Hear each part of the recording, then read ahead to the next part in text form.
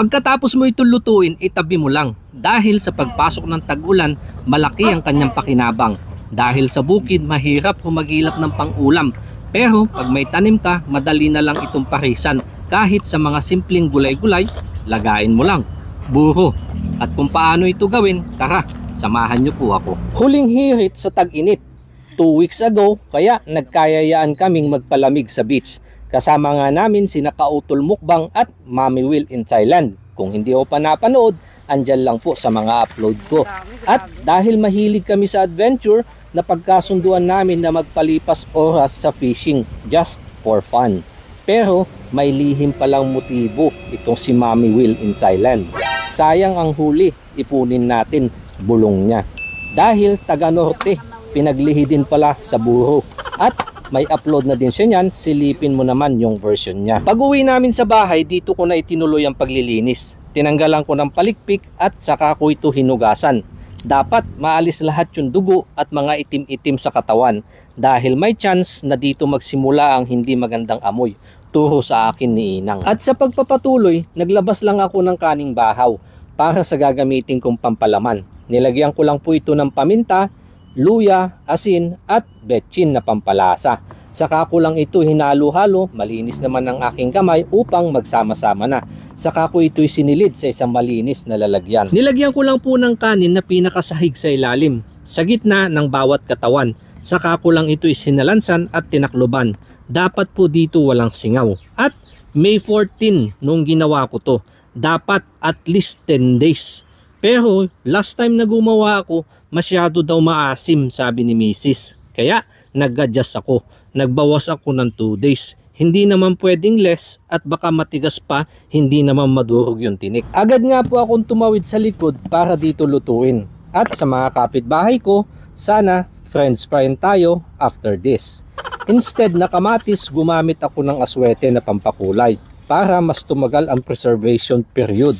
At sunod ko lang iginisa yung sibuyas, bawang at luya. Mas madami, mas malasa. Nilagyan ko lang ng madaming sili para pampagana. At nagdagdag lang ulit ako ng betchin, paminta at patis na din. Saka ko lang inilagay yung buro.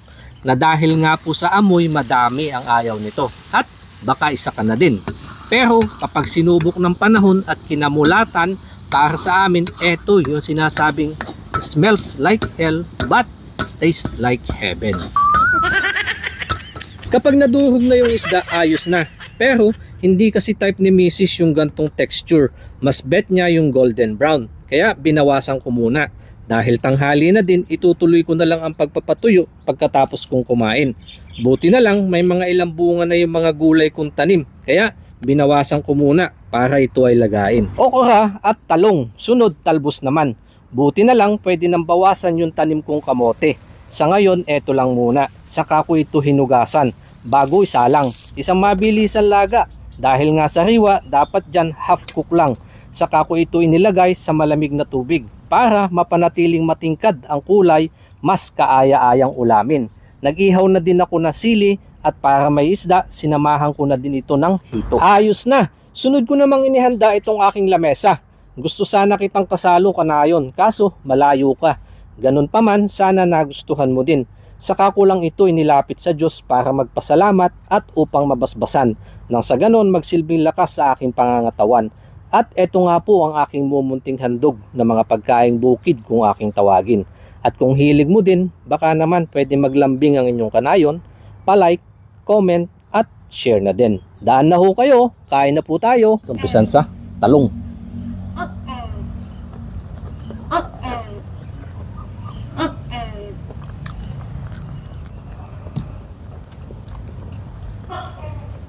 Mm-hmm.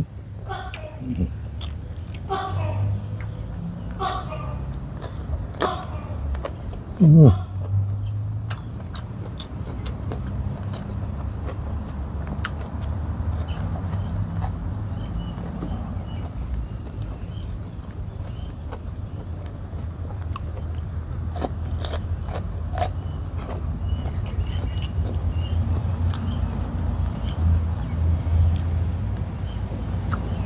Hindi na ako nakapagsalita sa sarap.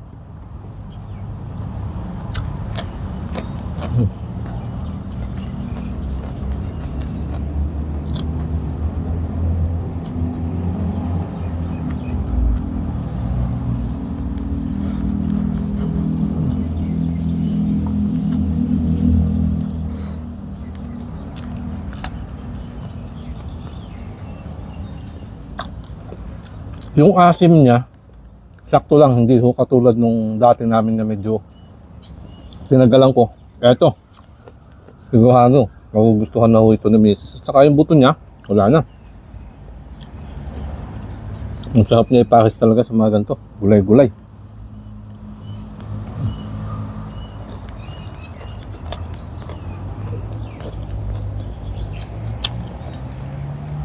Pero yung iba ho pa, crispy ko pa yung parang biko. Patutuyuan ko pa.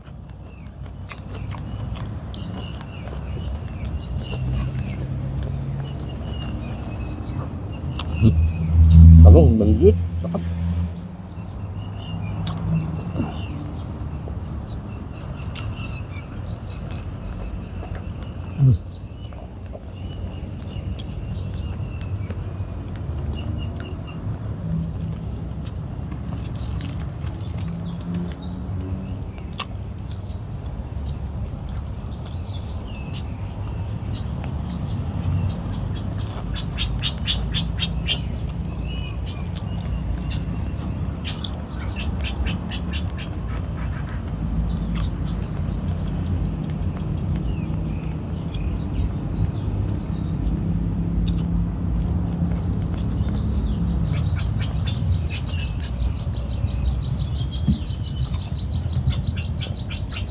Paikot.